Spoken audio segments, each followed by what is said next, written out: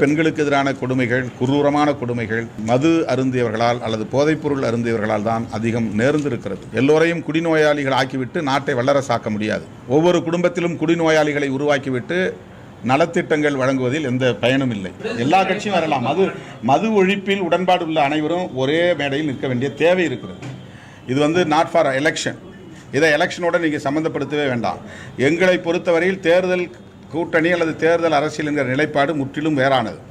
மக்களுடைய பிரச்சனைக்காக நாங்கள் எந்த சக்திகளோடும் எக்ஸப்ட் மதவாத சாதியவாத சக்திகளை விட தவிர இதுலேயும் கூட அவங்களோட எங்களால் இணைய முடியாது.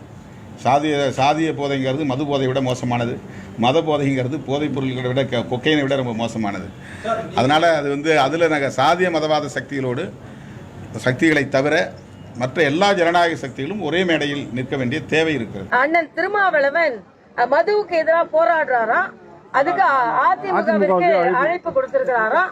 மதவாத சக்திகள் எல்லாம் அவர் கூட சேர்த்துக்க மாட்டாராம். நான் கேட்கிறேன், மதுவை பற்றி பேசும்போது ஏன் மதத்தை பற்றி பேசுகிறீர்கள்? அது ஒன்று. இன்னொன்று, இப்ப திராவிட முன்னேற்ற கழக கூட்டணியில் இருந்தால் 2026 வெற்றி கிடைக்காது என்பதை அவர்கள் புரிந்து கொண்டார்கள். ஆக இது மதுவுக்கு எதிரான மாநாடா இல்லை என்றால் கூட்டணிக்கு எதிரான மாநாடா என்பதுதான் நமக்கு சந்தேகமாக இருக்கிறது. அது மட்டுமல்ல, ஜனநாயக சக்திகள் எல்லாம் இதில் ஒன்றிணைய வேண்டும் என்று சொல்கிறார்கள். நாங்க ஒண்ணு இதில் அழைப்பு விடுப்பாரு அப்படின்னு நாங்க ஒண்ணு ஏங்கி கிடக்கல. ஏன்னா நாங்க ஏற்கனவே மதுவுக்கு எதிராக மிக தீவிரமாக குரல் கொடுத்து கொண்டிருக்கிறோம். நான் கேட்கிறேன், ஆட்சிக்கு எவ்வளவு நாள் ஆச்சு? மது ஒழிப்போம் என்றுதானே ஆட்சிக்கு வந்தீர்கள். மரியாதைக்குரிய முதலமைச்சர் அவர்கள் தன் வீட்டு முன்னாலேயே கருப்பு கொடியை ஏந்தி கொண்டு மதுவை ஒழிப்பேன்னு சொன்னாங்க. வந்த பிறகு என்ன செஞ்சீங்க? ஆக இத்தனை ஆண்டு காலம் விட்டுட்டு, ஏறக்குறைய 4 ஆண்டு காலம் விட்டுட்டு இன்னைக்கு திடீர்னு மது ஒழிப்பு மாநாட்டை நடத்துவதற்கான காரணம் என்ன? அதனாலதான் திராவிட முன்னேற்ற கழக கட்சியோடு இருக்கின்ற கூட்டணிகள் ஒவ்வொன்றாக நம்பிக்கை இழந்து கொண்டிருக்கிறார்கள் என்பதைத்தான் இது காண்பிக்க. அது எங்க அண்ணன் கருத்து. அதுல எனக்கு தனி கொள்கை இருக்கு, மாறுபட்ட கருத்து இருக்கு. எங்க ஐயாவோ எங்க அண்ணனோ கூட்டணி வைக்கும் போது எங்க ஐயா தெரியும் எவ்வளவு மது கொள்கைக்கு எதிராக இருந்தார், மது ஒழிப்புக்கு ஆதரவா இருந்தார். மதுவை டாஸ்மார்க்க மூடுறாங்களோ அவங்களோட கூட்டணின்னு சொன்னது உண்டா? இனிமே சொல்லுவாங்களா? இப்ப எங்க அண்ணன் அதிமுகவை கூப்பிடுறாங்க. அதிமுக ஆட்சியில மது இருந்ததா இல்ல ஒளிஞ்சிருந்ததா? இப்ப கூப்பிட்டு என்ன ஆகும்?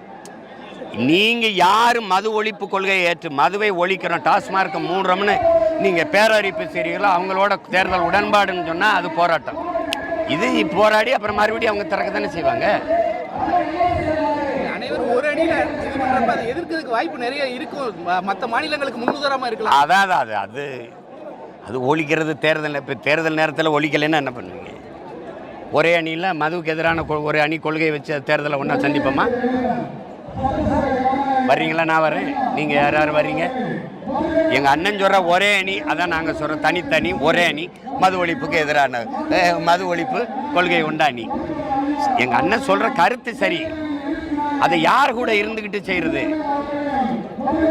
தம்பி, டாஸ்மார்க்கில் விற்பனை குறைஞ்சிருச்சுன்னா அங்கே விற்பனையாளர்களை அந்த வேலை செய்கிற பிள்ளைகளை பணி நீக்கம், இடைக்கால பணி நீக்கம் செஞ்ச அரசு இது. தம்பி, நீங்கள் என்ன ஐஸ்கிரீம் விற்கிறீங்களா, குளிரெலி விற்கிறீங்களா, கீரை காய்கறி விற்கிறீங்களா? கூட 2 தெருவுக்கு போய் விற்கிறதுக்கு என்ன உனக்கு பிரச்சனைன்னு கேட்க. கடையில் உட்காந்து விற்கிறவன் வியாபாரம் குறைஞ்சிட்டு நீ எப்படி இடைக்கால நீக்கம் செய்வ? நீ எதுக்கு சஸ்பெண்ட் பண்ற? நீ கூட்டணியிலிருந்து என்ன செய்வி? என்ன பேசிய பயன் என்ன இருக்கு? சாராய ஆலை வச்சிருக்கிறது யாரு? சாராய கடையில வியாபாரம் குறையிறதா? மாநாடு மாவட்ட ஆட்சியர் உட்கார்ந்து அந்த விற்பனையாளர்களை மேலாளர்களை கூப்பிட்டு ஆய்வு செய்யறது யாரு? எந்த ஆட்சி? அப்ப அந்த ஆட்சியோட இருந்துகிட்டு அந்த ஆட்சி ஒரு ஓட்டுனாலும் எங்க அண்ணன் திமுக வாங்கி கொடுத்த ஓட்டு இந்த மதுவுக்கு ஆதரவான ஓட்டு தானே. வட மாவட்டத்தில் வெற்றியை தொட்டதுக்கு விடுதலை சிறுத்தைகள் காரணமா இல்லையா? அதை மட்டும் சொல்லுங்க. காரணமா இல்லையா? பொதுவா அழைப்பு யார் போறாங்க? அப்ப பாரதிய ஜனதா வருதா? அதுல வருதா? எங்களுக்கு ஏற்புடையதல்ல. பொதுவா எல்லாரும் வாங்கினா யார் வருது? திமுக கூட்டணியில் இருக்க இடதுசாரிகள், மதிமுக, இஸ்லாமிய அமைப்புகள்லாம் வருதா? அதுல வருதா? அதுதான் இவ்வளவு நேரம் பேசிக்கிறேன். நீ மறுபடியும் கேட்கிற, அதிமுக ஆட்சியில மது இருந்ததா இல்லையா? டாஸ்மார்க் இருந்ததா இல்லையா? நாளைக்கு அதிமுக ஆட்சிக்கு வந்தா டாஸ்மார்க் இருக்குமா இருக்காதா? அப்புறம் அதை கூப்பிட்டு போராடி என்ன பண்றது? திருமாவளவன் அவர்கள் இப்பயாவது கேட்டாரு, இந்த மது கடைகளை மூடுவது என்ன தயக்கம் இப்பயாவது கேட்டாரு. கடந்த கிட்டத்தட்ட 10 ஆண்டு காலம் அவர்கள் கூட்டணியில் இருக்கின்றார்கள். இந்தியாவிலேயே அதிக மது விற்பனை நடக்கின்ற மாநிலம் தமிழ்நாடு. இந்தியாவிலேயே அதிக சாலை விபத்துக்கள் நடக்கின்ற மாநிலம் தமிழ்நாடு, அது மதுவால. இந்தியாவிலே அதிக இளம் விதவைகள் இருக்கின்ற மாநிலம் தமிழ்நாடு, மதுவால. இந்தியாவிலே அதிக கல்லீரல் பிரச்சனைகள் இருக்கின்ற மாநிலம் தமிழ்நாடு, மதுவால. இந்தியாவிலே அதிக தற்கொலைகள் நடக்கின்ற மாநிலம் தமிழ்நாடு, மதுவால. இந்தியாவிலே அதிக மனநிலை நோய் உள்ள மாநிலம் தமிழ்நாடு, அதுவும் மதுவால. இவ்வளோ காரணம் மதுவால. மதுவால அரசுக்கு வருமானம் 56,000 கோடி. ஆனால் தனிநபருக்கோ அரசுக்கோ இழப்பு கிட்டத்தட்ட 2 லட்சம் கோடி. இது மட்டும் கிடையாது, இது சமூகத்தை அழிக்கின்ற ஒரு நோக்கம். நான் சொல்லியிருக்கேன், 3 தலைமுறைகளை அழிச்சிட்டாங்க. இன்னைக்கு தமிழ்நாடு இளைஞர்கள் மது இல்லாத இருக்க முடியாத ஒரு சூழல். இதுதான் திராவிட மாடல். திராவிட மாடல்னா என்ன? தமிழ்நாட்டினுடைய இளைஞர்கள் மது இல்லாம இருக்க முடியாது. அந்த அளவுக்கு இவங்க மதுவை விற்கிறது இல்லை, மதுவை திணிச்சிட்டு இருக்கிறாங்க. இந்த பார் நடத்துறாங்களே, யார் நடத்துறா? எதுக்கு பார் நடத்துறீங்க? அரசு வேலையா பார் நடத்துறது? அதுல யாரு நடத்த? திமுக நடத்துறாங்க பார். காசு வருமானம். இன்னொன்னு, இப்ப மது ஆலைகள் இருக்கு. மது ஆலைகள் திமுக உடைய முன்னாள் அமைச்சர்கள், இப்ப இருக்கிற நாடாளுமன்ற உறுப்பினர்கள், அவங்க நடத்துற மது ஆலைகள்ல இருந்து தமிழ்நாட்டுக்கு உடைய டாஸ்மார்க்கு 40 விழுக்காடு சப்ளை பண்ணிட்டு இருக்கிறாங்க. இது கான்ஃபிளிக்ட் ஆஃப் இன்ட்ரெஸ்ட் இல்லையா? திமுக எம்பி டாஸ்மார்க்கு 40% சாராயத்தை சப்ளை பண்றாங்க. இப்ப இதோட என்ன ஒரு மோசடி இருக்கு போகுது. அதனால உங்க பாயிண்ட்டுக்கு வர்றேன்.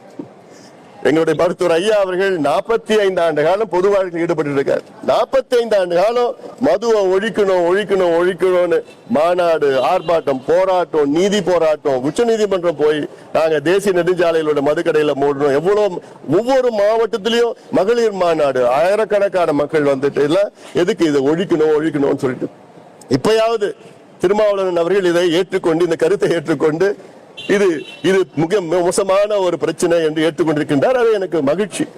அதனால நிச்சயமா இந்த மது என்பது கட்சி, ஜாதி, மதம், இனம், மொழி எதுவும் பார்க்காம அத்தனை பேரும் சேர்ந்து இந்த மதுவை ஒழிக்கணும், அழிக்கணும், வருகின்ற தலைமுறைகளை காப்பாற்றணும். பார்க்கட்டும், முதல்ல அழைக்கட்டும். 3 ஆண்டுகளாக திமுக ஆட்சிக்கு வந்து இந்த போதைப் பொருட்கள் கிட்டத்தட்ட 5 மடங்கு அதிகமாக இந்த 3 ஆண்டு காலத்திலே தமிழ்நாடு விற்பனை செய்து கொண்டிருக்கிறார். காவல்துறைக்கு தெரியாம எதுவும் நடக்க விடாது. அது மட்டும் இல்ல, இந்த நேஷனல் நார்கோட்டிக்ஸ் பியூரோல இருந்து வந்த செய்திகள் எல்லாம் பார்த்தா தமிழ்நாடு வந்து ஒரு டிரான்சிட் பாயிண்டா இருக்கு. ஆஸ்திரேலியா, மலேசியா, ஸ்ரீலங்கா இந்த நாடுகளுக்கு வந்து தமிழ்நாடு மூலமா தான் போயிட்டு இருக்குன்னு ஒரு டிரான்சிட் பாயிண்ட். இதெல்லாம் நிறைய இருக்கு. மெத்தல் ஆம்பிட்டமின்ல இருந்து பல போதைப் பொருட்கள் தமிழ்நாட்டில் பயன்படுத்திட்டு இருக்காங்க, வித்துட்டு இருக்கிறாங்க. முதலமைச்சரிடம் பல முறை சொல்லியிருக்கிறோம். நானும் நேரடியா பல முறை சொல்லியிருக்கிறேன், நடவடிக்கை எடுங்கன்னு. ஏதோ ஒரு பேருக்குன்னு ஒரு கூட்டம் கூடுறாரு, அந்த கூட்டத்தில் ஏதோ படிக்கிறாரு, நடவடிக்கை எடுங்கன்னு சொல்லிட்டு போறாரு, அவ்வளவுதான். அதாவது இது வந்து தமிழ்நாட்டினுடைய எதிர்காலம், இளைஞர்கள் தமிழ்நாட்டுடைய எதிர்காலம். இது இளைஞர்கள் வந்து லட்சக்கணக்கான இளைஞர்கள் இன்னைக்கு போதையில சிக்கிட்டு இருக்காங்க. அதாவது போதைன்னா நான் சொல்றது வந்து இந்த காக்கேன், ஹெரோயின் அப்படின்னு கஞ்சா இல்ல. கஞ்சாலாம் ரொம்ப மோசமா இருக்கு. அதை விட மோசமான இந்த காக்கேன், ஹெரோயின், LSD, ஆம்பிட்டமைன், மெத்தல் ஆம்பிட்டமைன் எல்லாம் மோசமானது. இது எல்லாம் பள்ளிக்கூடத்துக்கு வெளியில கிடைக்குது, எல்லாம் கல்லூரி வெளியிலும் கிடைக்குது. இதை கட்டுப்படுத்தினாதான் அடுத்த தலைமுறையை நம்ம காப்பாற்ற முடியும். ஏற்கனவே இந்த கட்சிகள் 2 கட்சியும் வந்துட்டு 3 தலைமுறைகளை மதுவுக்கு அடிமையாக்கி நாசப்படுத்திட்டாங்க. இப்ப அடுத்த தலைமுறை போதைப் பொருட்களுக்கு அதிக அளவுல தமிழ்நாட்டில் தான் அதிகமா அடிமை ஆயிட்டு இருக்கிறாங்க. இந்த முதலமைச்சர் என்ன இதுக்கு மேல என்ன? நாங்க எத்தனையோ போராட்டங்கள், சமீபத்தில் கூட போராட்டம் பண்ணோம், எத்தனையோ போராட்டங்கள், ஆர்ப்பாட்டங்கள், அழுத்தங்கள், தினம் அறிக்கைகள் கொடுத்துட்டு இருக்கிறோம், அழுத்தம் கொடுத்துட்டு தான் இருக்கிறோம். ஆனா ஒரு முதலமைச்சர் நடவடிக்கை எடுக்கணும், அமைச்சர்கள் நடவடிக்கை எடுக்கணும், காவல்துறை நடவடிக்கை எடுக்கணும். நேத்து பாத்தீங்கன்னா ஒரே நாள்ல 8 கொலை நடக்குது. அந்த கொலைக்கு என்ன முக்கிய காரணம்? போதைப் பொருட்கள் தான். இந்த கஞ்சா, காக்கிரகள் எல்லாமே தமிழ்நாட்டில் சட்டம் ஒழுங்கு பிரச்சனைக்கு முக்கிய காரணமே இதுதான். அதுல நடவடிக்கை அவசியமா அரசு எடுக்கணும், முதலமைச்சர் எடுக்கணும். அவர் ஊர்ல இருந்து வந்ததுக்கு அப்புறம் நிச்சயமா கடுமையான நடவடிக்கை. அதாவது எங்க கிட்ட அதிகாரம் இருந்ததுன்னா இது எங்களால 1 மாதத்துல கட்டுப்படுத்த முடியும். ஒரு 10 காவல்துறை அதிகாரிகளை சஸ்பெண்ட் பண்ணா போதும், 10 பேர் 5 பேர் சஸ்பெண்ட் பண்ணா போதும். அந்த பயம் வரும், டிபார்ட்மெண்ட்ல பயம் வரும். ஏன்னா காவல்துறைக்கு தெரியாம ஒரு பொட்டலம் கஞ்சா கூட தமிழ்நாடு யாரும் விற்க முடியாது. அவங்க தெரிஞ்சுதான் விற்கிறாங்க. ஆளுங்கட்சியோட நிர்வாகிகள் சில பேர் இல்ல குழந்தையா இருக்கிறாங்க. பணத்துக்காக நம்ம தமிழ்நாட்டுடைய இளைஞர்கள் நலனை மோசடி பண்ணிட்டு இருக்காங்க.